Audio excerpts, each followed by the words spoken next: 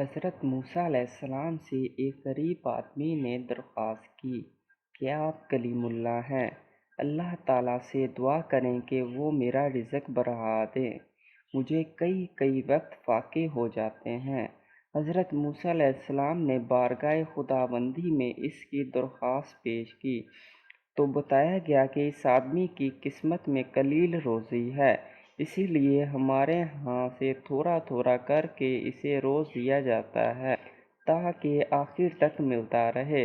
اس شخص کو جب یہ بات معلوم ہوئی تو اس نے درخواست کی کہ آپ اللہ تعالیٰ سے سفارش کر کے میری قسمت کا سارا رزق مجھے ایک ہی بار دلوا دیں۔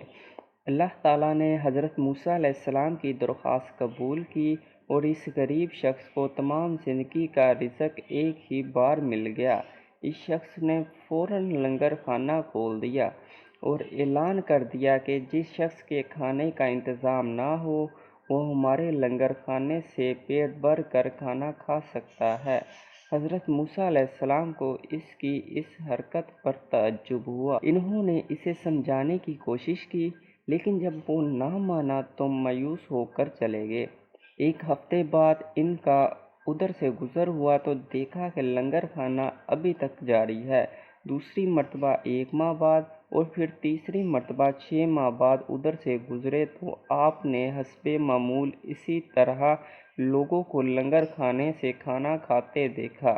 ان کا خیال تھا کہ اس غریب آدمی کی دریا دلی کی بدولت سارا رزق چند روز میں ختم ہو جائے گا، مگر لنگر خانہ ابھی تک مسلسل جاری تھا۔ آپ نے اللہ تعالیٰ سے عرض کیا، یا اللہ، یہ کیا قصہ ہے؟ اس کا تھوڑا سا رزق ابھی تک چل رہا ہے۔ جواب آیا، بے شک اس کی قسمت میں تھوڑا سا رزق تھا جو ابھی تک ختم ہو جانا چاہیے تھا، لیکن ہمارا قانون ہے کہ جو شخص ہماری راہ میں کچھ خرچ کرتا ہے تو ہم اس کا 10 گنا اس کو دنیا میں اور 90 گنا آخرت میں دیتے ہیں۔ یہ شخص بھی اس قانون کے دائرے سے باہر نہیں۔ جتنا یہ ہماری راہ میں خرچ کرتا ہے اس کا 10 گنا ہم اسے دنیا میں ہی دے دیتے ہیں۔ اس میں تعجب کی کیا بات ہے؟